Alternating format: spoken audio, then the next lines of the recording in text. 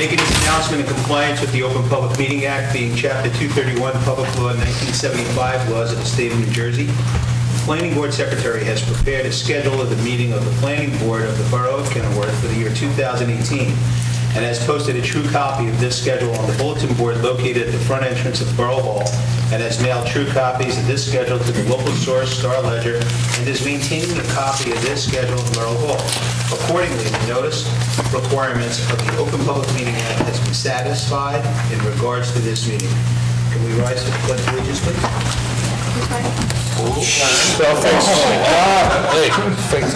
I pledge allegiance to the flag of the United States of America and to the republic for which it stands, one nation, under God, indivisible, with liberty and justice for all. Sorry about the placement of the flag.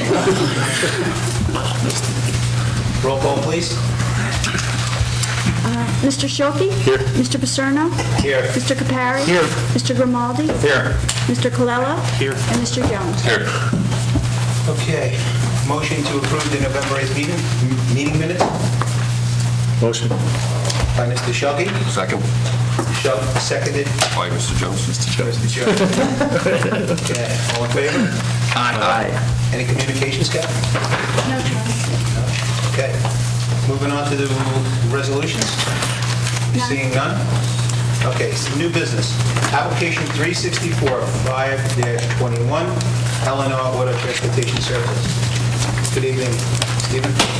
Good evening, everyone. Stephen Hale, representing the applicant, and happy holidays, and appreciate you all being out this evening. We missed the fire, but first of all, I would like to thank the board and its professionals. I know we were here last month, and there were some questions regarding the layout, the plan, operational information, and we appreciate again the board giving us the opportunity to respond to those. We received both Kevin and Christian's reports. We're prepared to go through those. Revisions were submitted, and again, we'd like to explain those. And we now have the turning templates, clarification of all the questions that the board raised last time. So what I'd like to do is to recall our engineer and have Zach take us through the plan, answer those questions that were raised by the board. One item that was noted, I just want to clarify, in both Kevin's report and Christian's report, there was a question of construction vehicles and the interplay between passenger vehicles and construction vehicles. There aren't going to be any construction. The only vehicles other than the automobiles that will be stored there are car carriers that may periodically deliver cars there. If they come, they may be there for a period of time unloading, or if they come later in the day, they may sit there until the next morning to be unloaded. But there's I've often said that construction vehicles and new vehicles do not mix. That's when things get hit. And so just to clarify, because that was raised in both the reports, I wanted to have that right up front. So that area is all for the storage of the new Tesla vehicles. So. Mr. Hale, that item came from a notation on the site plan itself. Correct. And wanted to clarify that right up front. So. Chairman, do you want to swear in? Yes, sir. Kevin and Christian, with regard to this application, do you swear the testimony and comments you may make shall be the truth? I do. For the record, I'm Brian, the board planner, Christian Cueto, the board engineer. Okay. And Mr. Chaplain, I assume you were sworn and qualified at the last hearing, but if you could again confirm that you're still under oath and that your licenses are still in full force and effect and nothing's happened in the last month. Yes. Good. Your full name again? Sure. For the record, Zachary Chaplin from Stonefield Engineering and Design. And you're a professional engineer in the state of New Jersey? Yes. Okay. Now, again, you were here at the last hearing and explaining the use of the property. And just again, by way of background, we were here a year or two ago, and in essence, on the center of the property had approved the storage of the Tesla vehicles and a small prep area where the vehicles are wiped down and charged. What we're looking to do with this application is the rear lot, which is owned by another party, is to use that as additional storage. That was a storage area from years ago. No impact on the existing building, the warehouse building, which I believe is a warehouse for clothing. That's going to remain, and the operation there won't change.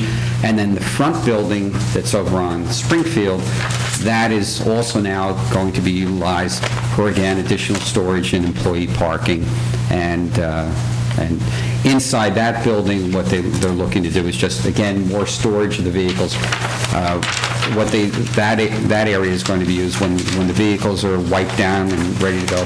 They'll have some charging stations in there. You don't want to have somebody that orders a vehicle, they clean it down, and now it sits outside, it rains. So now that'll be the area where they're staged to deliver them to the ultimate user.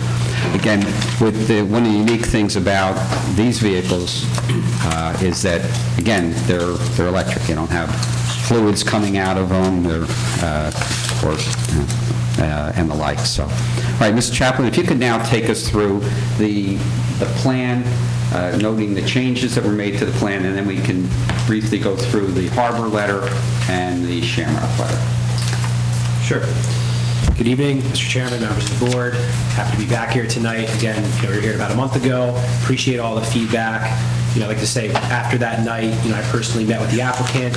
We went over the plan in detail, figured out exactly what the operations are. We went back to the drawing board with your comments and concerns, and since revised the plans and resubmitted. So with that, just to recap, the subject properties, Block 3, lots 9, 10, and 1.01. Again, Lot 9 was previously approved about a year or two ago.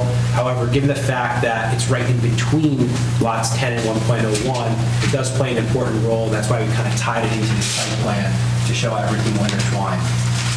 Chaplain, just if I may interrupt, what you're going to show us is, I'm assuming that's the revised plan that we all have. Correct. Up here on the board is the revised plans that were submitted that you have in front of you. There's no changes to what's here.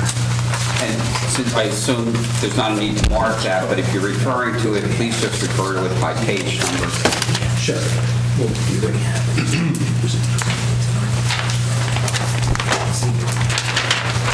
So this plan in front of you right now is the site plan overall prepared by Stonefield Engineering and Design, last revised November 28, 2018. Again, the use is the outdoor storage of Tesla vehicles. Again, access, as I previously mentioned, car carrier vehicles would enter the site via the existing access easement on Springfield Avenue. They would then traverse the site into Lot 9. Lot 9 is essentially where that car carrier vehicle would unload. I'm just going to turn to the next page. I think it'll give a clearer picture.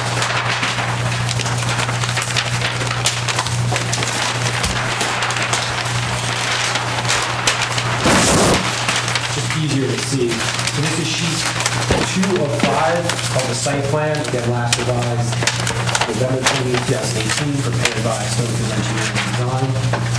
This is a more zoomed in plan to kind of show you a better view of the operations. So as I was saying before, the car carrier vehicle would enter into Lot 9. They would unload the Tesla vehicles right in front of that existing building, adjacent to that vehicle storage area. We did talk about in the event that car carrier vehicle would need to be staged overnight potentially, that would occur along the western side of that fenced area where there's no storage essentially called out or delineated. Those cars, once they're unloaded, they would enter in this fenced storage area where we've now delineated exactly where the cars are going to go. So one of the big comments was, well, how are we going to provide a fire lane? How are we going to know how many cars are out there? So what we've done is a couple of things. One is we're proposing concrete blocks that we're going to put at the corners, essentially, and that will essentially guarantee that there's a 20-foot access drive aisle for fire trucks to utilize in the event of emergency.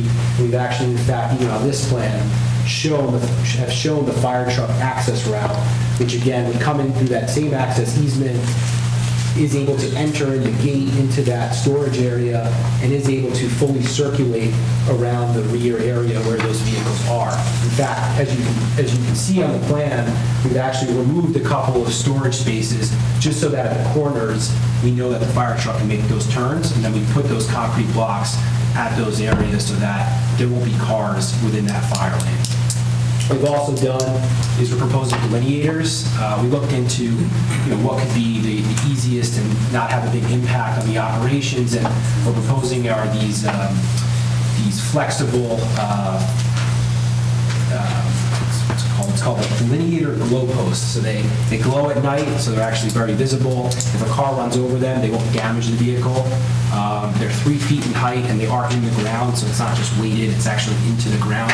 What we've done is we put those every 10 vehicles. There would be a delineator. And again, this way, if the zoning inspector comes to the site, they'll see these delineators, and that's an easy way to count exactly how many vehicles are within that back area. I do want to note, there is a triple stack in some cases shown on this plan, and really, again, it's very common for this type of practice. This isn't a rent-a-car facility where customers are going in, they've got to find their car. These are professionals working here who will know exactly which car needs to be prepped at which time, and they would then take the cars, that are needed to be removed in order to access those vehicles. A couple other items, I know that there was a question of what's gravel, what's pavement. We've gone in, we've delineated the gravel area as opposed to what's pavement. Generally speaking, lot 10 is pavement, lot 1.01 and lot 9 is gravel for the most part. We've updated the zoning chart. I do want to note there are a couple of comments in the review letters. The impervious coverage and the building coverage are accurate. There is no open space per your definition on this lot. I know there was a question as to, well, what's that extra if you add the 2? The impervious coverage includes both the building and the pavement. The remainder would be the gravel area, which we didn't count as open space. So I just want to clarify that for the record. I wonder if you're addressing some of the comments, but, a little here and a little there. Maybe it might help all of us if you go through them point by point rather than repeating yourself later. Yeah, we will. I just wanted to hit a couple of points. I'm wrapping up. So just in summary, I wanted to point out the total numbers of vehicles. So lot 1.01 would have 200 vehicles that could be stored. Wow. Shrink wrapped in that shrink wrap. I couldn't resist. How many was that? 200. Okay. Lot 9. You threw them off there. Lot 9 is 125, and lot 10 would be 29. Thank you. The employee vehicles for each lot, so lot 1.01 is 60, but again, that's also being utilized by the warehouse. As Steve mentioned, the area we're putting into storage, that's really not an area that's ever been utilized for parking by this warehouse. Therefore, we don't believe there'd be any impacts utilizing this area for parking. Lot 9 has 11 employee parking spaces, and lot 10 has 22. Based on our conversation with the applicant, at most, we would anticipate 15 employees to be utilizing the site. So, But you have 93 set aside. we have, 93, but 60 are for this back area. So we would have 33 associated with our portion. Okay. And with that, Why don't we then, what do we want to choose first, Kev? Do you want your letter or Christian's?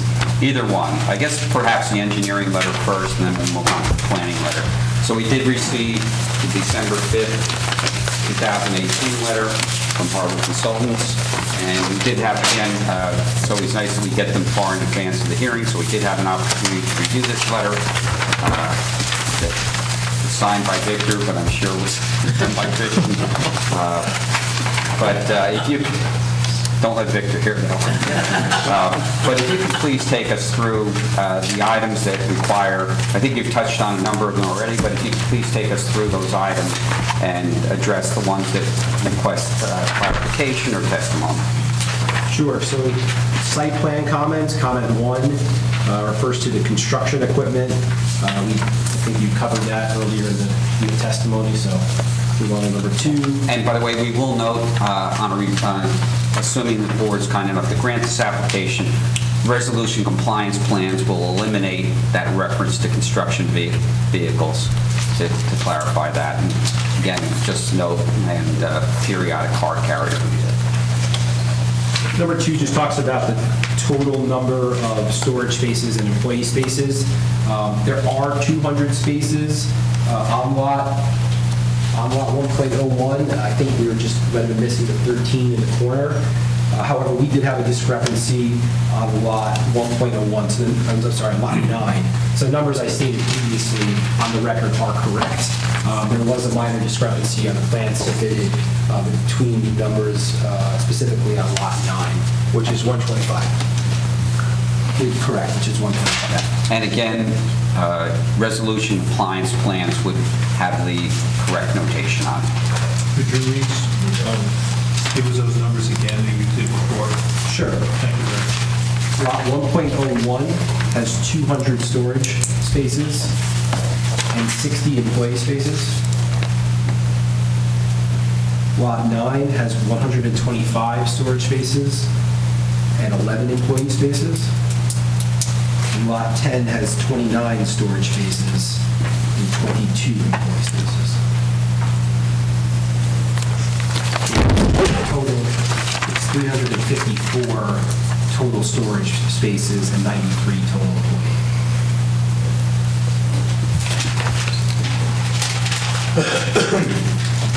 Number 3 is a comment that we revised the plans to show the gravel, the amount of impervious. Number 4 talks about adding a detail to repair any pavement that's in disrepair. We'll provide that detail. Comment 5 states that we should add a note to repair any fence that's in disrepair and add a detail for it. We'll provide that as part of resolution compliance. The zoning table, this is comment 6, shall be revised as the amount of open space should be 37.6, the amount of impervious to 62.4. Based on our reading of the code, gravel didn't appear to be open space. I could be mistaken on that. It's not, correct? Can I just ask a question, please? Sure. Going back to 4, you said it states that there should be I'm sorry, I'm getting ahead of myself. You're talking about the pavement that's in disrepair. You're going to show a detail upon resolution, or you have a detail set forth in your engineering plan now on how it's going to be repaired? So the plans that were submitted don't have these details. Again, most of the area that's gravel, only pavement is associated with lot 10. So we'll provide, mill and overlay detail associated with that area if there is any pavement that needs to be repaired. But the applicant has no objection to agreeing that any pavement that's in disrepair will be repaired in accordance with the comments from your engineer. Just for my own knowledge, you had that. Is there a reason why we didn't get that prepared and get it on that plan ahead of time? I mean, we have it. We did revise the plans and brought them here tonight, and it does have that detail. I'm not trying to avoid it. No. I don't think you are. I think you're doing great. Yeah, I don't think, it's something where we didn't see any disrepair in the pavement, and, we're happy to go out with the engineer and inspect it again, and if there's any areas, we can provide it. But we may not need to repair anything. Okay.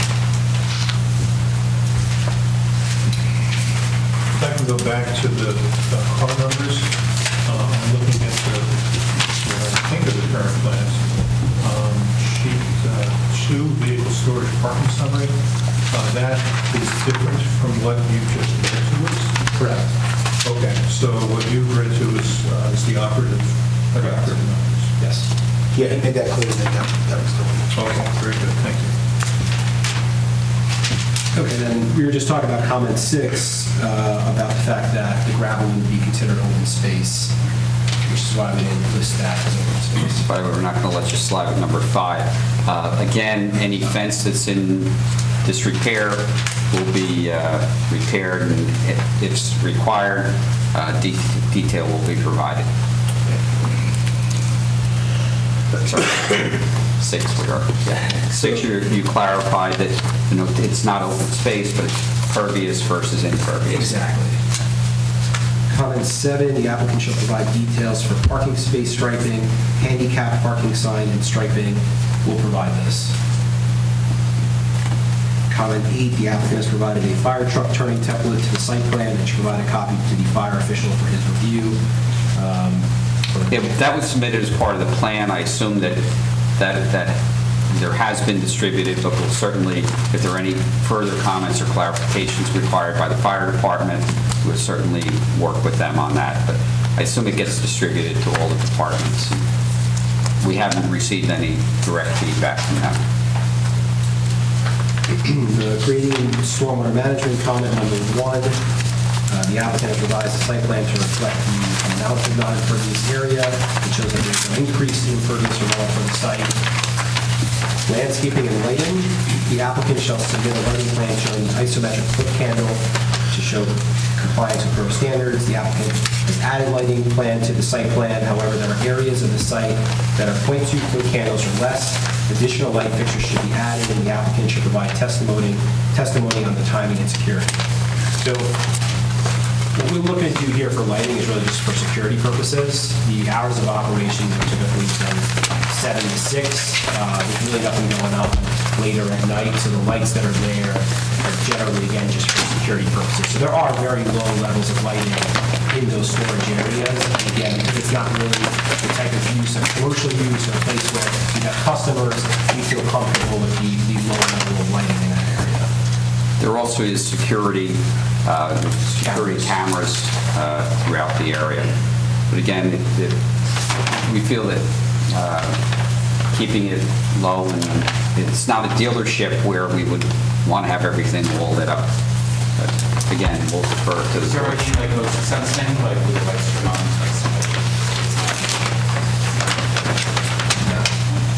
Because there's not going to be any activity there. And I'm sure all the cameras are, what do they call it, the night? Infrared. Thank you.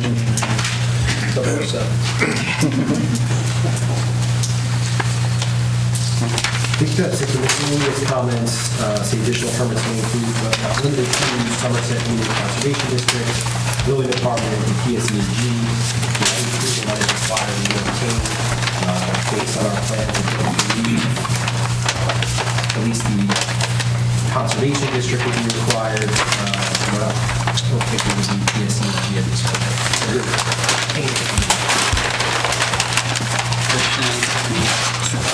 Let's get a little bit. Mr. Crickle's recycling bin. Just a quick question, the vehicle that brings all the cars there, you said that, would that ever be on site overnight, or is it just drop off and then they forgot? It would on occasion. It's not something that happens typically, but in the rare event that it's coming at night, it's possible that we would spend the night there overnight. Okay. We heard Zach's testimony here tonight. We may come back to you, but for right now, does the board have any questions based on the engineer's report and how Zach explained it? That doesn't mean we can't come back to him. All right. Is that everything you have for now? Well, I guess... No, I mean on the engineer side. Now we're going to go to the planner. Okay. And I think in looking at Mr. O'Brien's overview, some of that will be addressed by a brief testimony by our planner. But I think a bunch of it was already addressed, the operational information at the last hearing. But certainly, Kevin, if you require more information. But Zach, if you could take us through the planning comments. And I think it starts on page 2. Yeah. First comment, the applicant should describe the application and reasons for it. I think we've done that at this point. Last month. Maybe a succinct recap of what should have been said might be helpful. All right. Zach, why don't you just again briefly explain what the purpose of this application is, And if you prefer your planner to do that, we can wait. Well, Zach, he's welcome. Wait a minute, we just got something from the bleachers. So the applicant is basically works with Tesla. Tesla, they ship their vehicles direct to customers.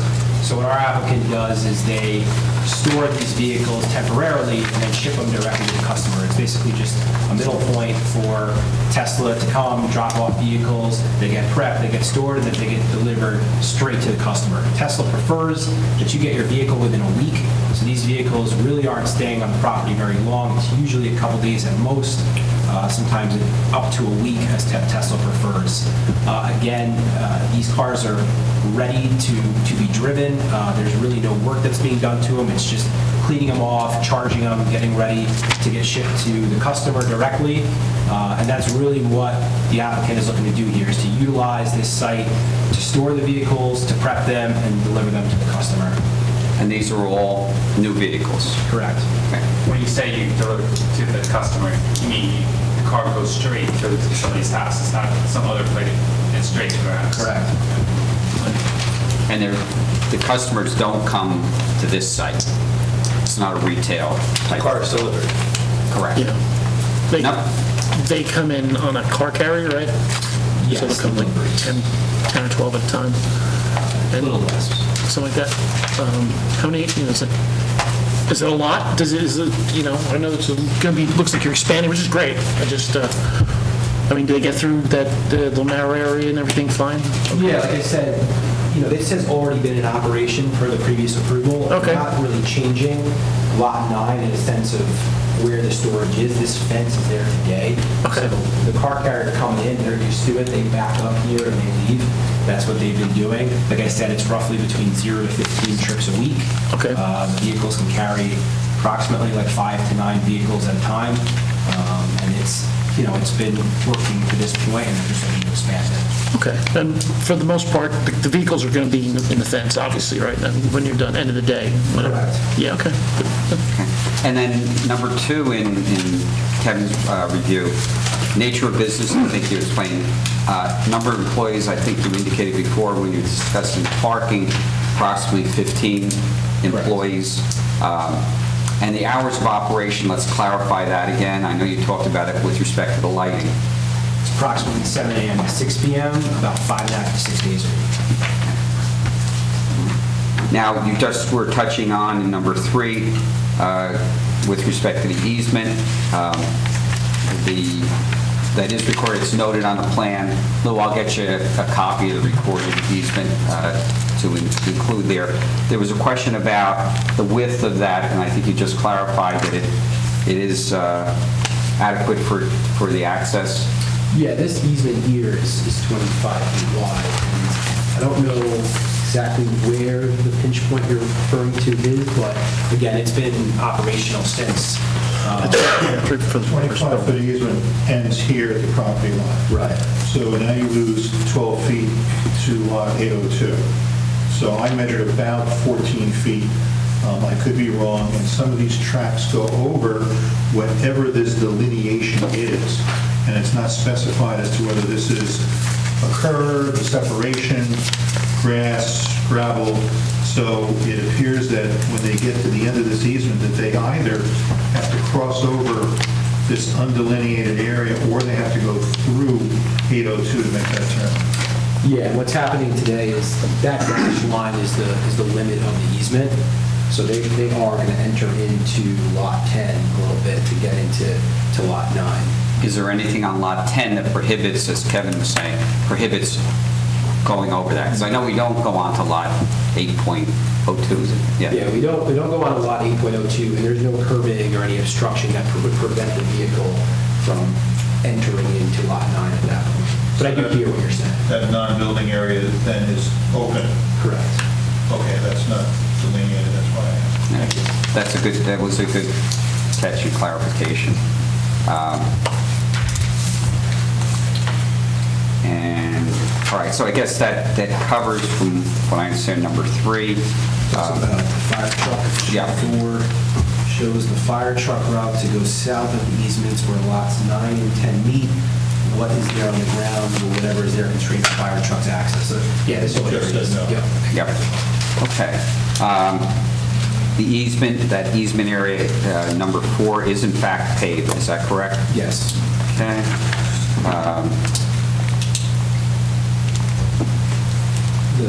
I do not see gates from the easement leading to the car storage area or any proposed. There does not seem to be fencing or a gate in the open area between lots 9 and 10. There's a fence to the south end of lot 9 that runs south to north about a third of the way across the lot. Is that the only fence gate? If so, that seems to leave a large number of cars outside the fence. The applicant shall clarify. There's a fenced area here, that's obvious with the gate. I don't see another fence between the easements and this open area. Is there a gate to get into Lot 9? Is there something preventing, is there a preventer to come in through Lot 11? I mean, there's a notation of a fence for a little ways, but because of the lot line, I can't follow. Sure. So is this open and accessible to anybody, or is it secure? It's a good question. So this area, as you were pointing to before, which is right on the edge of Lot 11 and Lot 9, that is fenced. However, the remaining area, there is no gate or fence proposed. So the only restricted area or enclosed area is that existing fence and gate, which has access to the rear of the property in this lower southeast corner of Lot 9. So in fact, the cars that would be stored here would in fact be open and not have fencing associated with it. And that's just the risk the applicant is willing to take, and most likely this area will be utilized the least, and probably only during the day if needed, and kind of like an overflow area at most. If I may, Kevin, are you seeing a need for a fence there? I'm not seeing a need for one, but The problem was, the plans were not clear.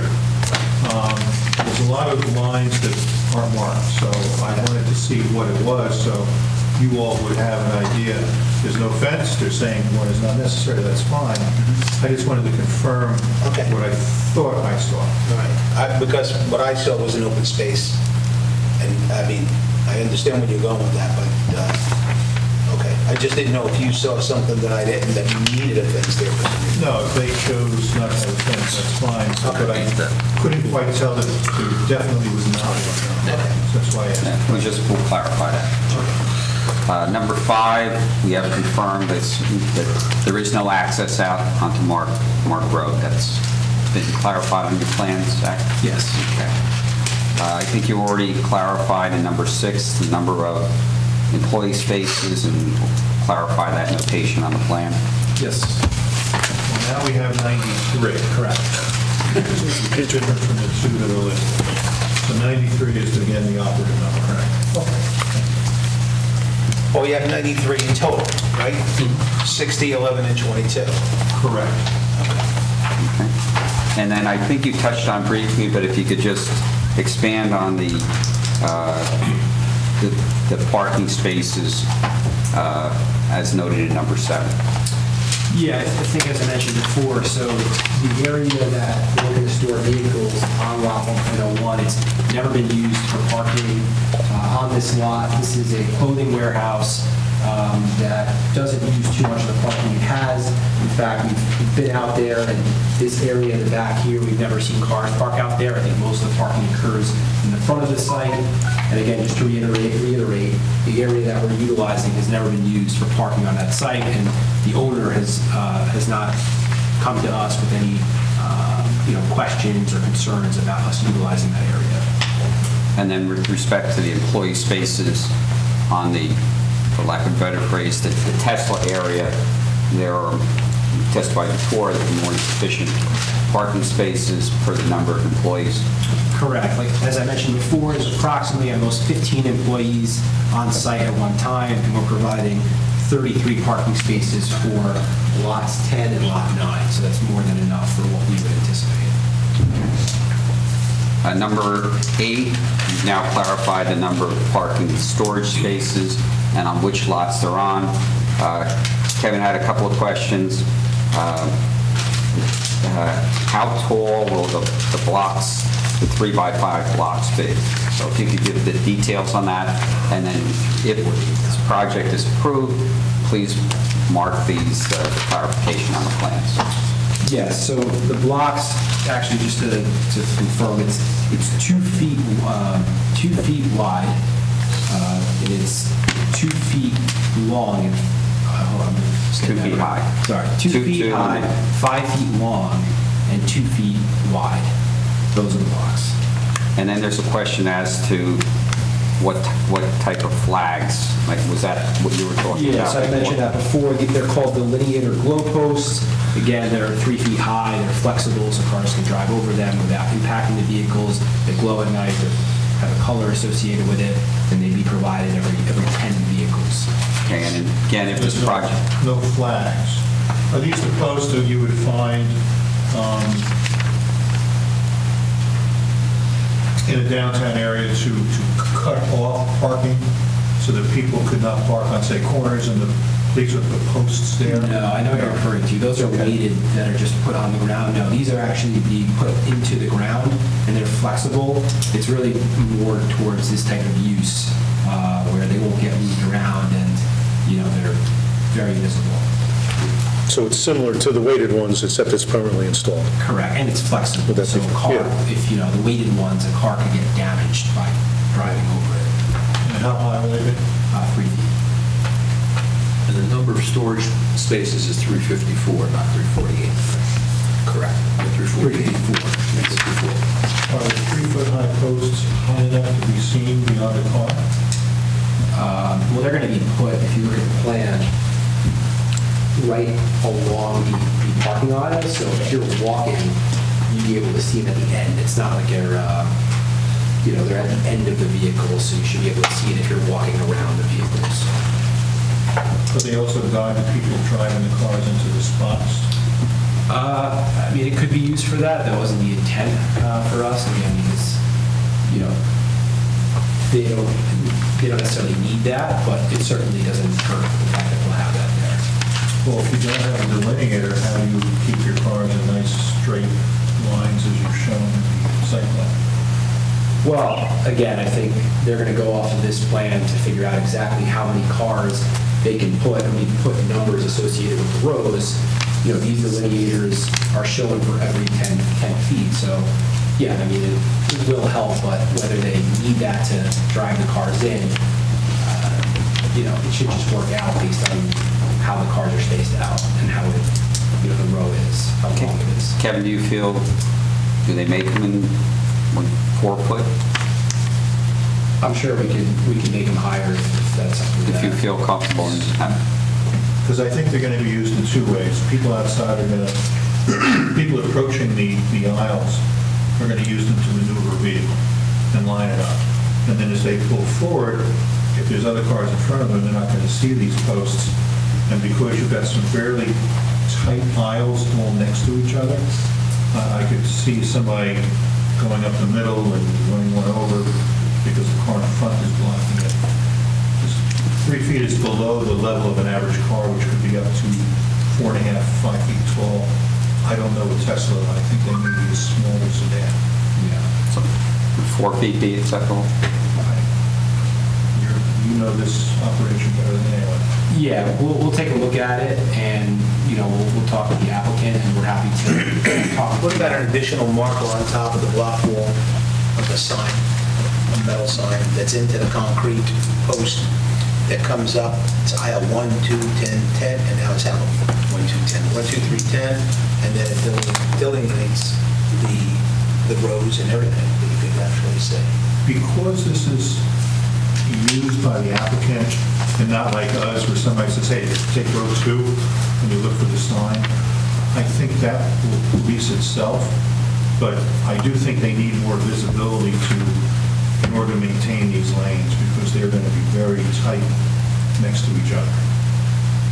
So maybe something higher just to identify where the block is, and another foot or 2 on the posts, particularly if they're going to be permanent in the ground. I mean, if I was running like a valet car kind of thing, I would want people to be able to see exactly where to go, knowing that there are normal people and they're doing this in and out. Yeah, I agree. I think 4 feet would be a good height where you could definitely see it, especially given the Tesla's a smaller vehicle. So we're happy to get the 4 feet.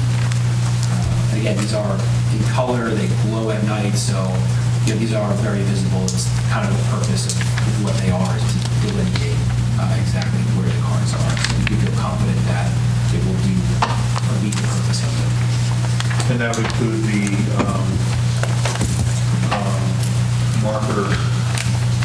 corner markers as well, the rock, the stone. The corner markers, I think we talked about being 2 feet high. Again, those are more of an obstruction to prevent cars from being parked outside of it, to kind of keep that fire lane. So I don't think those need to be any higher. You had mentioned 5 feet high, I think, previously. I apologize if that was said. It's 5 feet long, 2 feet high, and 2 feet wide. What happens in a snowstorm when you lose the marker at 2 feet? Again, during a snowstorm, the applicant will have to plow and create the area in order to provide the storage for the Tesla vehicles. So it's something that we'll have to ensure that those delineators will still be seen when they plow the snow. That's just, it happens. Just to be clear, we're not trying to recreate the operation of your business to say this is how it has to look in a car lot. What we're trying to make sure is that the amount of vehicles that you're stating are going in these designated spots, and that's why we're so concerned about the markers and what you're doing there, because it has to be easy enough for anyone to just go down there and take a look and make sure that you're following what the application means. Yeah, and again, that's the intent. That's why we went back to the drawing board. We talked to the applicant, how are these cars parked, double stack, triple stack. We've gone in and we put these delineators in to make it easy to see exactly how many cars are there. Will it snow? Yes. Will we have to plow and make sure that these delineators are still visible? Yes, we'll do that. But we feel confident that we can provide, or we can show the storage or provide the storage as shown on the site plan. That was the purpose of us revising it, is really, working with the applicant to provide something that will be done in the future on this lot. Okay. I think the chairman had an idea, though, about, particularly now that the blocks are no longer 5 feet high, they're 2, we may have a fire truck go in there. That would be extraordinary circumstances, in my opinion, because they don't want to get close to a fire with a very expensive piece of equipment if they don't have to. But if you've got blocks covered with snow or can't be seen because of the row of cars, I think adding these posts to where the blocks are would be very helpful. And it might even be able to, where they put the little, Yeah, we could put. what do they call those? Where they put the post, metal post with a little reflector on it? Yep. Oh, yeah. It's really very inexpensive and simple. It's just... Yeah, I think we'd be agreeable to attach something. Okay. Maybe something's the same thing, so this way you've got uniformity. Sure. And when the firemen come in, they know what they're looking at. Chairman? Yes. If I may. Mr. Bernal. You have the delineators only at the perimeters. When you have the triple parking spots, do you think there's a need in there, at least just to guide it and help it again? So from an enforcement standpoint, the zoning officer would have a fighting battle of being able to know how many rows and such? Yeah, I think the thought on our end was the fact that these are just straight rows where they're pretty much in line. It's that you can just double it and you know that it's triple stacked and you can easily see it. You wouldn't need another delineator in the middle. That you can clearly see that they're all aligned. Good. Anyone else? Mr. Chairman? Yes. Zach, you note the concrete blocks in the plan. I may have missed this, but it's not clear if they are fixed. They are not fixed. Okay. Is the intent of the applicant to move them as need be, or? No, I think it's just not necessarily needed for the use that we're doing here. I think that, again, they have to be there. They're on the plan. They'll be there. But it's just something that we don't feel we need to actually put it into the ground and make it extremely permanent. So the weighted blocks, the typical, let's call it like a Jersey barrier, Yeah. where it's heavy and it could just define an area, a lane, or a space. Exactly. But again, if the board approves this application, we would have no problem. It's stipulating that despite the fact that they're movable, that that's where they have to stay per the site plan. Thank you. Okay. Number 9. I think you already touched on that, about how to be, when there's stacked vehicles, how they be moved. Kevin, do you need more on that, or? Well, I did ask how they do it, because that might help us understand the delineation.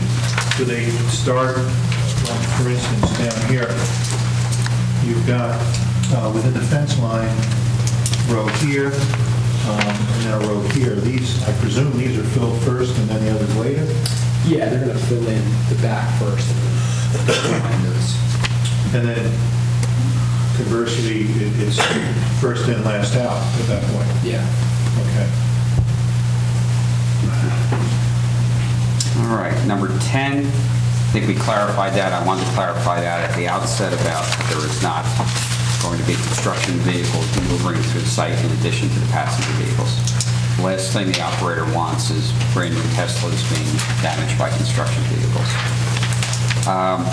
Number 11, I may have clarified that before in your testimony, but that area is not it's a block. Yeah, so Kevin's referring to this rectangular area here between lots 9 and 1.01. That is a cross-access easement that just allows vehicles to enter in and out between lots 9 and 1.01. I think you briefly discussed the lighting before when we were discussing the engineer's comments. We did clarify that the park is a dawn to dusk park, but if you could touch on these comments in number 12 and 13. 12 and 13. So we are proposing floodlights, and again, normally for another use, commercial, residential, we would not do a floodlight, but given the fact that this is in an industrial area, there's really nothing around us. We're using it for security lighting purposes. We don't think there's going to be a negative impact to the adjacent areas. As Stephen just mentioned, the park is dusk till dawn. Nobody will be out there at night. There's been no complaints to date about the lighting on site. And again, it's more typical for this type of use, an industrial storage vehicle type of use. So we do feel comfortable with the type of lighting we have, as well as the amount or the foot candles that we've shown on the plan, which are minimal at most and really contained to just the parking areas, given the use in what I spoke about earlier. I would like the board to consider that. I pointed out my point of view there, which is that the park is dark. It's quite dark. There are people there at night. What they're doing, I don't know. You know, one of them. But nonetheless, it's a public park. It's accessible to all. People walk their dogs, take a walk through there at night. And as you can see from the photographs I included, an unshielded light source, even though it's not casting a shadow, is a glare that you can see. No examples here. So if you're walking through the park, you're going to see the floodlights pointed out toward you. Like I say, it's not going to cast a shadow, but that light is there. Whereas if you use something such as in my first or second photograph, where you cannot see the light source, and instead the light source is pointing down, that will have no impact upon the people in the park. So you took more of a wash? Yes, thank you. I didn't want to get too technical, but that's a very good word. Thank you very much. Well, thank you. Yes. Would shields solve that? Well, you Shields can do- facing the park? A floodlight doesn't work under those circumstances. And while I agree with Mr. Chapin's characterization that this is an industrial zone, industrial area, it certainly is. And if it was completely industrial, floodlight would work, but the park is a different aspect. So a cutoff would mean that the light is recessed up into the fixture, so it only shines down, or floodlights with shields that would point the light downward. Something along those lines would work in order to eliminate that glare, that glow, the wash that the chairman points out onto the park. Zach, Mr. O'Brien brings up a good point. Do you have any you opposed to that type of lighting, to wash that building, rather also supplying security, but not being so intense to the people? It will be challenging because when you do the downlit, you're not able to provide the light as far out as a floodlight can. So, the lot area in the back, it's not like we have room, or we don't want to start putting light poles in as well, which again will only add to, the park. Is there a compromise that maybe we could do a couple in the area that are in a direct portion of the park, or maybe something on the other side, Kev? Is that a possibility? You know what I'm saying? Like a direct head-on, maybe do a couple of wash, a couple of spots? Yeah, I'm sure what we can do is we can work with Kevin on that's an excellent suggestion, Mr. Chairman. Perhaps the ones that are visible from the park could be adjusted. That mean what we're trying to do? I would be more than willing to work with the applicant, chairman, and that is how the board feels. Yeah, well, of course. I'm just saying, I understand that you want to get the security, but you don't want to be offensive to what's going on in the park, and some type of compromise. And we need light. Yes, absolutely. So some type of compromise should work. Sure. We have no problem in working with Mr. O'Brien in that regard. And then number 14, I think you clarified that before. Kevin, are you okay with you wanted to testify as to what those numbers are? I'm sorry. Zach, if you could just clarify again the amount of pervious versus so the building pervious and pervious. So the chart is correct in that the building coverage is just square footage of the building divided by the lot area. Pervious coverage includes the buildings plus the impervious areas, does not include the gravel areas. So the missing 5.3 it's not really a part of it since they're two different cleanup sections. Kevin, is that adequately? I don't know if that might have confused the board a little bit. So basically, you're saying there's 100% cover on the lot, there's zero green space. Correct. Okay. And I just say that. And I think that covers the items in Mr. O'Brien's report. The balance would be addressed by our planner. If that's acceptable to Mr. O'Brien and the board. I think we have a question from Mr. Grimaldi. Nothing's going on Block 3, Lot 101, except parking. Correct. Okay. With the additional cars and additional space, are the cars fully charged? That depends. I mean, they may not come in fully charged, they might be half charged, but we do have charging stations in both buildings, so before they get delivered, they do get charged. Okay, we can make a statement that there'll be no charging going on outdoors in this additional area? I think there may be some outdoor charging stations. Yeah, I remember that. Yeah. But there was outdoor. On this space? I think you mentioned that. It would be near the front building. It would be isolated. On the previous? Not on Block 3, 101? Why would that be a concern? Well, then how is it there? I don't think there is on that. If we have charging there, then why aren't they shown? Should we have better lighting to indicate this stuff? Because then if we have a fire coming in, an electrical fire with a lot of batteries and lithium batteries? There's no... No, not in the back lot. Yeah, that's what I was asking. Yeah. Good, okay. So everything's contained up front to where it was? Correct. No outdoor charging on 101? My concern was why you're asking that question. Yeah, well, no, it was declared that it was where it was, which we knew about, not where we're going to now. Because this should just be basically a dry, barren lot that cars happen to be on. Because then if he was going to put charging there, then also the light poles wouldn't be a big problem.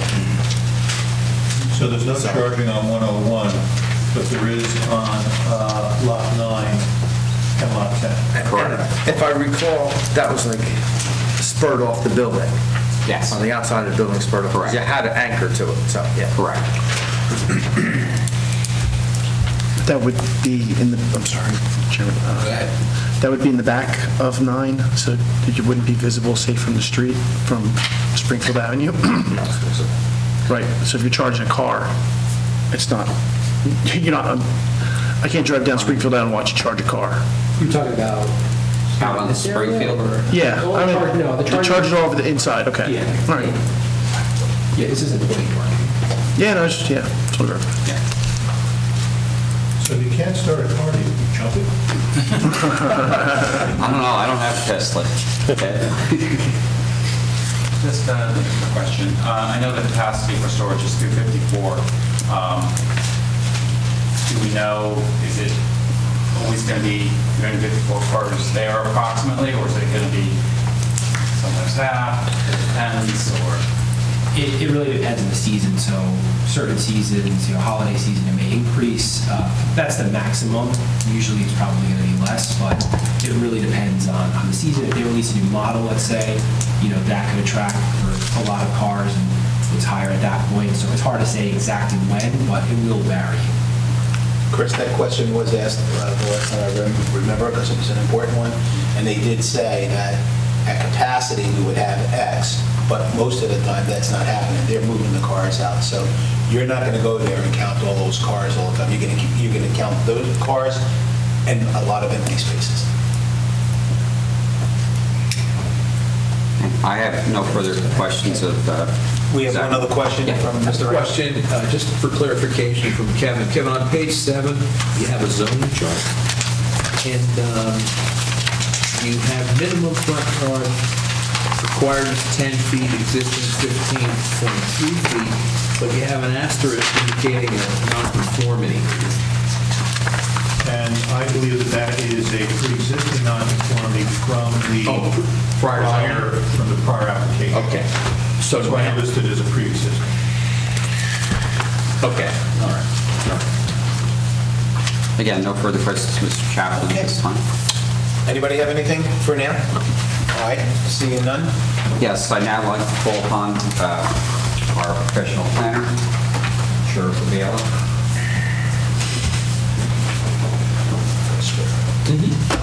Could you raise your right hand, please? With regard to this application, do you swear the testimony you're about to give shall be the truth? Yes. Could you state your name and spell your last name, please? It's Cheryl, Cheryl, Bergailo, Bergailo.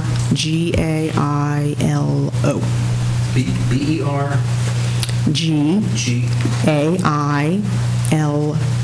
Thank you. And Ms. Bergailo, if you could please give the board the benefit of your work, educational experience, area of expertise, and whether you qualify, which I know you have, as an expert in the field of professional planning. Sure. I've been a licensed professional planner since 1997. I have a bachelor's degree in environmental planning from Rutgers. I have a master's degree in urban planning from Rutgers. The bulk of my work has been as a municipal planning consultant, and I do applicant testimony a little bit on the side. Have you ever appeared before this board before? No. Yeah, it's fun. But you know the board's planner. Okay. All right. So is it okay to call you Cheryl? Yes. Thank you, because that's going to be a tough one for me. So you've heard the testimonies so far this evening. You're well familiar with the site plan. If you could please provide the board the planning justifications for the variances associated with this application. All right. Should I take the mic or no? You can do whatever you want. It's your mic. All right. I'll bring it back. Let me stand back here. You can even sing if you want. I don't think you want to hear that. Fireplace comes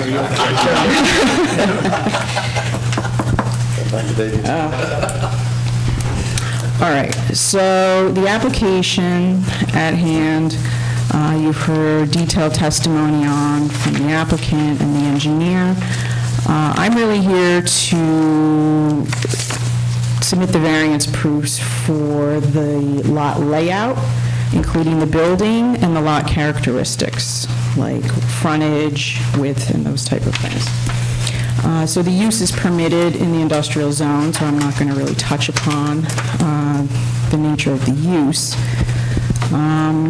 So the variances that are required are neither created nor changed by our application. So we're just talking about the existing nature of the buildings and the location and the layout. So the variances that we've identified are, and the variances were already, it's my understanding for Lot 9, were already approved as part of that minor site plan. So I'm going to focus on Lot 10 and 101.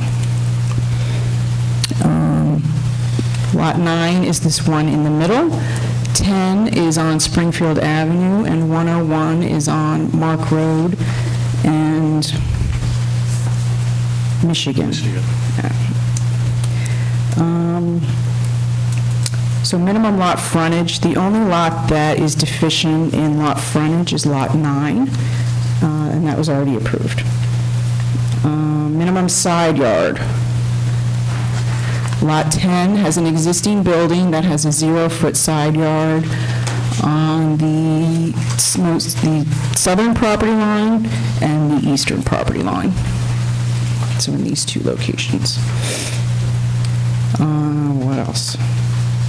Lot 10 actually has a side yard deficiency in the southeastern corner. It's less than 10 feet. I don't know the exact dimension, but it looks like it's around 4 feet. Another variance is for maximum impervious coverage, 80% permitted, and I think we settled on 94.7% impervious. 100. Okay. So when the gravel is included, it's 100% impervious. And minimum open space, 20% required, and 0% is existing and proposed. So, and these are all pre-existing non-conforming conditions? Correct. And I can provide testimony for the number of parking spaces. Most of that testimony was already provided by the engineer, but I can add it into my testimony for the record. So all of the variances can be granted under the C1 and C2 criteria. I know that the board is familiar with the standards for these, and they're in the planner's letter. The C1 variance is the undue hardship variance, and the undue hardship related to these lots is the fact that there's existing buildings on the lots. The lots are already created. The area really hasn't changed much since the 50s. The buildings are all pretty old. I looked at aerial photography. The building on Lot 10 popped up between 1931 and 1954, and the building on Lot 1.01 popped up between 1954 and 1966. So these are not new buildings. Let's see, it would be a hardship for the owners to tear them down and to rebuild in accordance with the zoning requirements, and would also be an undue hardship for them to rip up asphalt that has been existing for a long period of time in order to provide open space. The lots function well as they're currently laid out in the existing and the proposed conditions.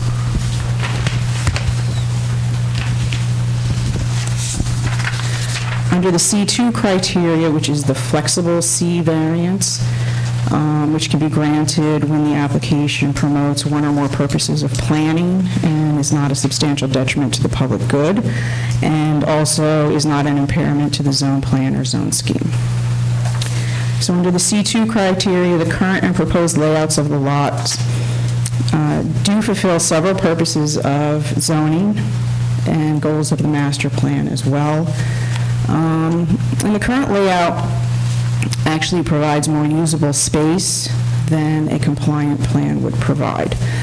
And this area is really rather insulated. You have the park on the southern side, and you have other industrial users to the north. So a lot of these uses can't even be seen from the road because there's a thick vegetative buffer from the park, and you can't see in from Mark Road or from any of the other surrounding roads. It's really kind of concealed. So the purposes of zoning that are advanced by the current layout and project criteria G, to provide sufficient space in appropriate locations for a variety of agricultural, residential, recreational, commercial, and industrial uses in open space, both public and private, according to their respective environmental requirements in order to meet the needs of all New Jersey citizens. Criteria M, to encourage coordination of the various public and private procedures and activities, shaping land development with a view of lessening the cost of such development and to the more efficient use of land.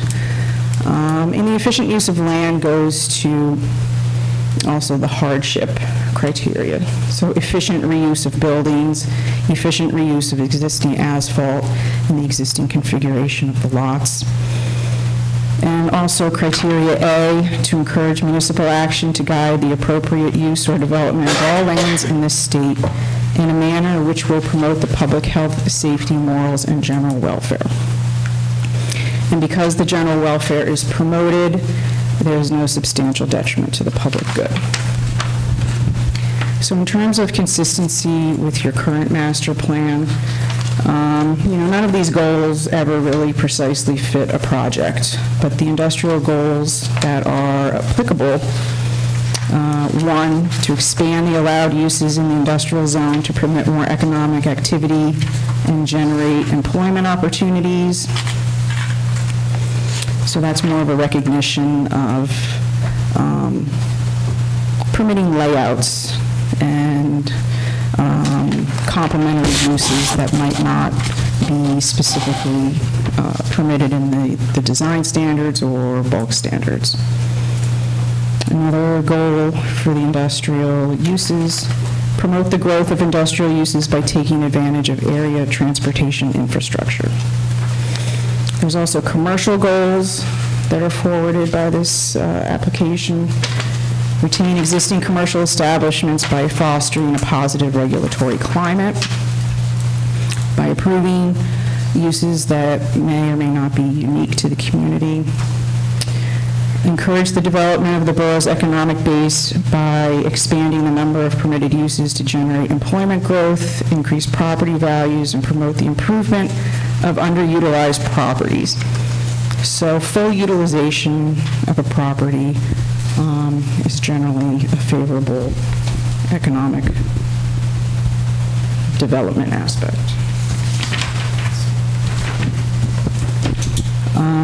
Under green development, this may be kind of a stretch, but I thought I'd add it. Encourage energy efficient and renewable energy technologies as part of any new development.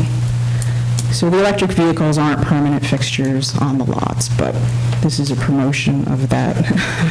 This is a promotion of that technology and encouraging it in the state of New Jersey. There's no impairment to the zone plan and zone ordinance because numerous goals of the master plan are furthered, and there's no impact to the zone plan in this particular area. So the variances can be granted under the C1 and/or the C2 criteria without substantial impairment to the zone plan and ordinance, and without substantial detriment to the public good. The benefits of the deviation substantially outweigh any detriment. And just to back up, just to catch the parking in this testimony, you've heard that the parking is what it needs to be. And right-sizing the number of parking spaces allows for full utilization of the properties by allowing a complementary use, the storage of the electric vehicles in the not currently used storage spaces. Thank you very much. Appreciate your planning testimony, and certainly I have no further questions at this time. Certainly the board or Mr. O'Brien, Mr. Kudo have questions. Thank you, Cheryl. Before we go to Mr. O'Brien and Chris, does the board have any questions for Cheryl at this point? Or would you like to hear from our guys? None? At this point? Kevin, do you have anything to add? I have no questions. Questions? I have no questions. That is open. I have no questions. We have a couple statements. Okay. And at this point, I would like to hear from our planner at this point.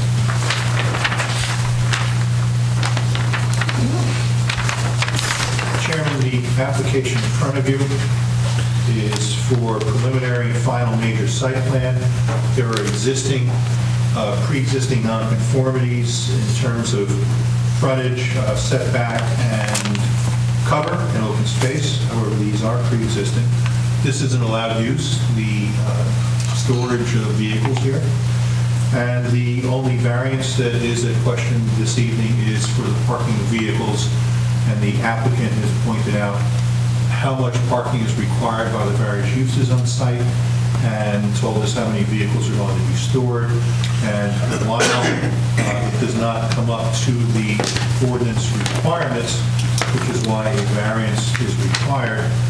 They have pointed out that those additional spaces are now needed based upon the uses that have been here historically.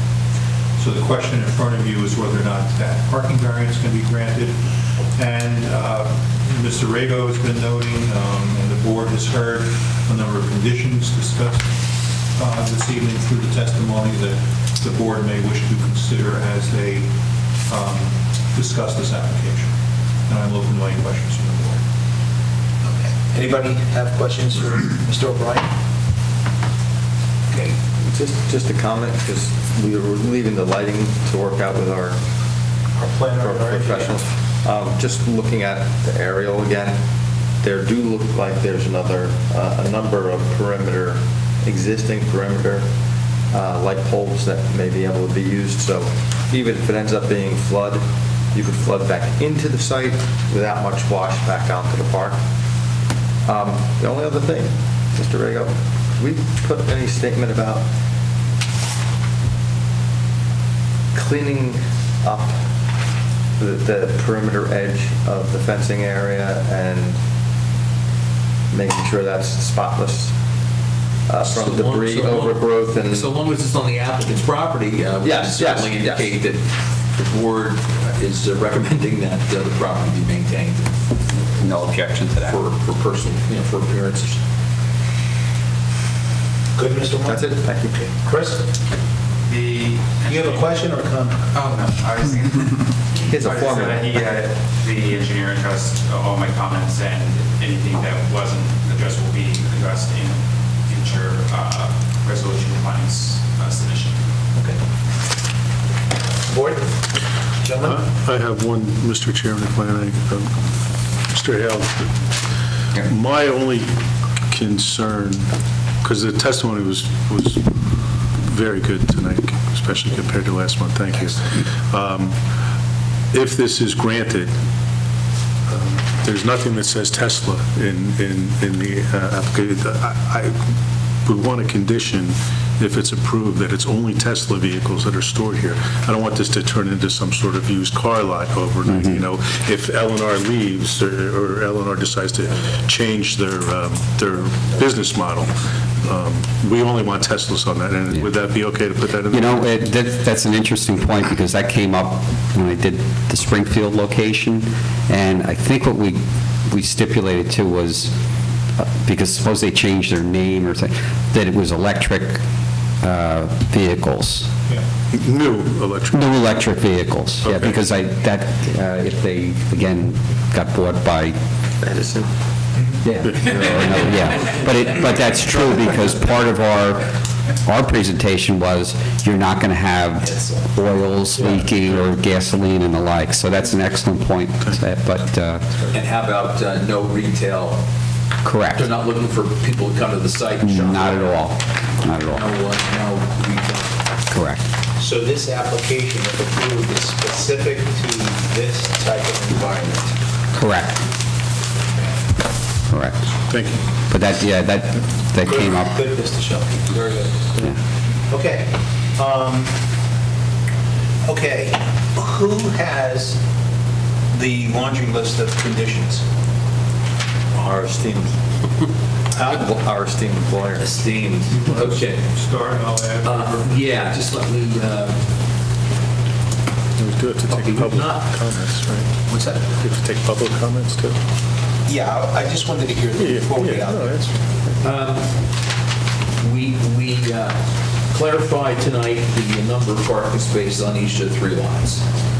So lot 101, 200, lot 9, 125, lot 10, 29. Those are the storage ones. Those are storage, and then for employee parking, respectively 60, 11, and 22. I don't think we had that accurately last. What's up? I didn't hear you. 60 on 101 is employee. Oh, okay. Lot 9, 11, lot 10, 22. Right.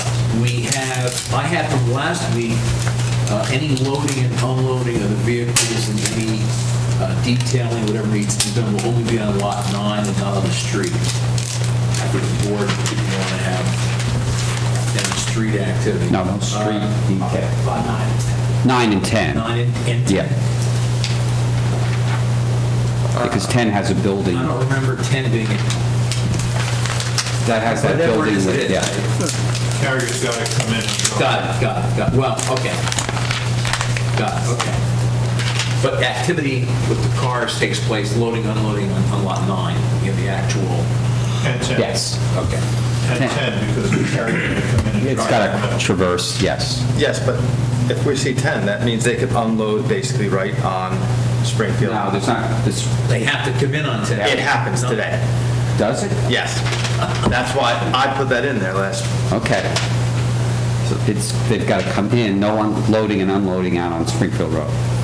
Because it does happen. So you want to eliminate lot 10. It could be 10, but it has to be behind the building.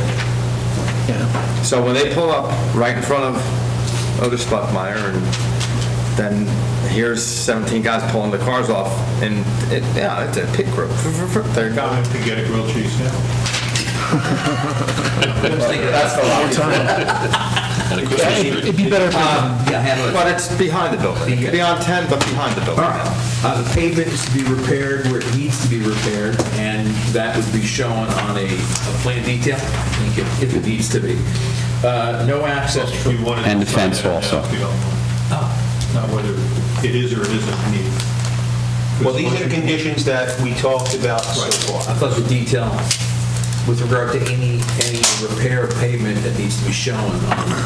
So the detail needs to be shown in case you deem it necessary. Okay. Okay. So it's needed. All right. No access from Mark Road. Right. No outdoor car charging on lot 101. Maintain the property around the fences.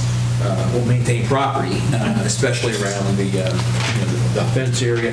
No, only new electric vehicles are to be stored here. No retail sales on site.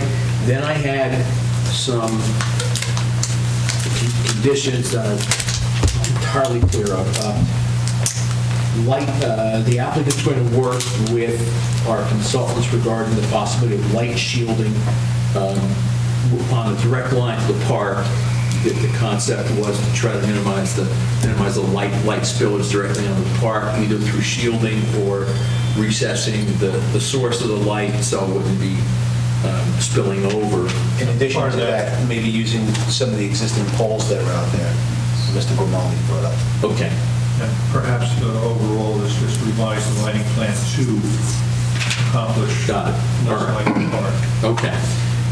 Then we talked about blocks. There was a mention of directional blocks of some kind on the site, and they're going to remain.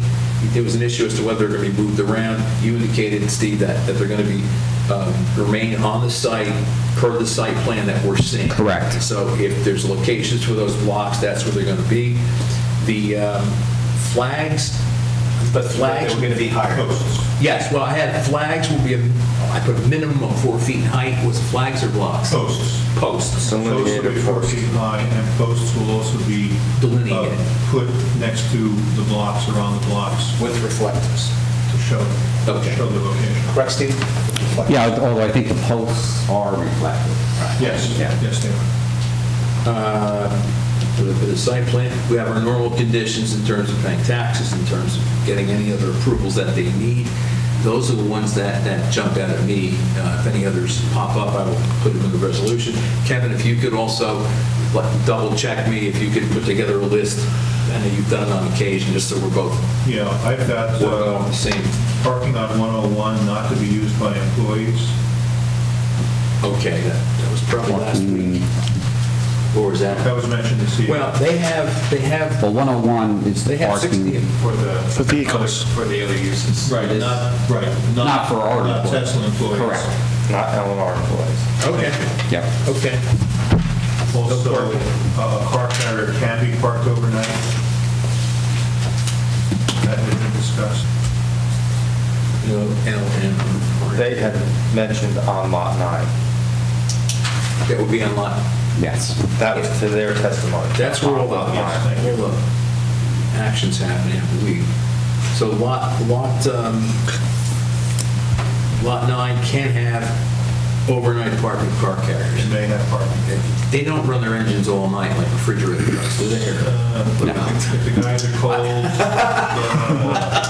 but they shouldn't because they're supposed to be turned off after 3 minutes. Okay. That's it. That's what I have. All right, I just wanted to recap them in my head, but at this point, Stephen, I want to open the... Sure. I'd like to have do you have more testimony? Do you need something else, Stephen, before I do this?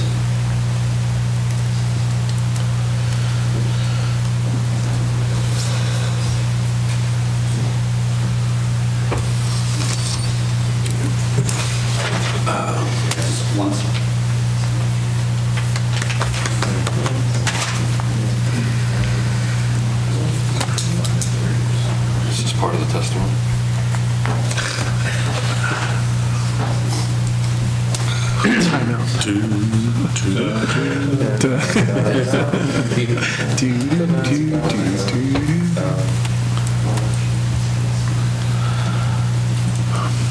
Mr. Dad, you need me to take 5 minutes? Just take, 5 minutes. Okay, so I'll make a motion to close this meeting? Second. No. Just 5-minute recess. I'm going to take a 5-minute, a motion to take a 5-minute break. Second.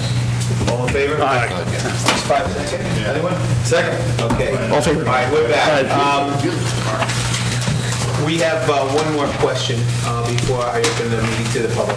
Can you restate the hours of operation? Is it Monday through Friday, Monday through Saturday? We seem not to have that on the record. Okay. For the record, hours of operation are 7 a.m. to 6 p.m., Monday through Saturday. Sundays it's closed. Sunday closed. Okay, thank you very much. They will, as I said, with the overnight care, at times they may get a delivery, but they're not going to be loading and unloading. Okay. And we're going to go now to, can we have a motion to open this? What do you want to do? No, Steve was going to wax Were you out going to say on something? No, I'm good. No, weren't you going to? Any more? Okay. No, I just was clarifying the hours. Okay. Are we good, Stephen? Yep. Okay. Can we have a motion to open this to the public? I'll make it. Opened by Mr. Grimaldi, seconded by Mr. Shelkey. All in favor? Aye. Anyone from the public wishing to speak on this matter? Seeing none, motion to close. I'll make it. Mr. Grimaldi, I'll second. seconded by Mr. Capari. All in favor? Aye. Okay. So here we go. Before us, we have this application. We heard it twice now. Tonight was excellent, the way it was presented. We talked about everything that the other members of the board who were not able to be here tonight asked us to get clarification and some new things that arose tonight. So is there any other discussion that this board needs to have at this point about this application? Okay. Seeing none, I would like to see if we could have a motion to approve this application based on the conditions that Lou Rego stated before, but he will state it again for the record.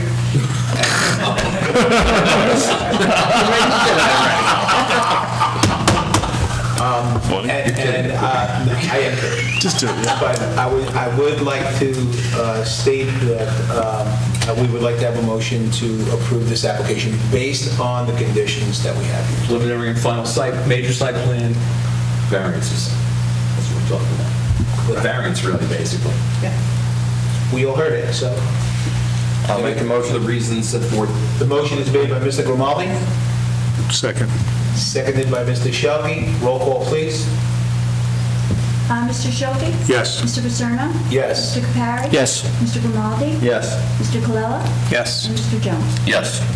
Congratulations, Tesla, Mr. Slack. Thank you. Thank you very much. Thank you very much. A safe and happy holiday season, and may the fire burn again. Everybody have a great, and really appreciate the efforts of professionals and board professionals, and look forward to this project moving forward. Have a great night. Thank you. Thank you. Thank you very much. Thank you very much. Merry Christmas. Merry Christmas. Happy New Year. Okay, we're going to move this real quick because I'm sure everybody wants to go home. Any communications to the good of the board? Seeing no one has anything, I'm sorry, I said communications, comments for the good of the board. I am going to make 2 quick comments.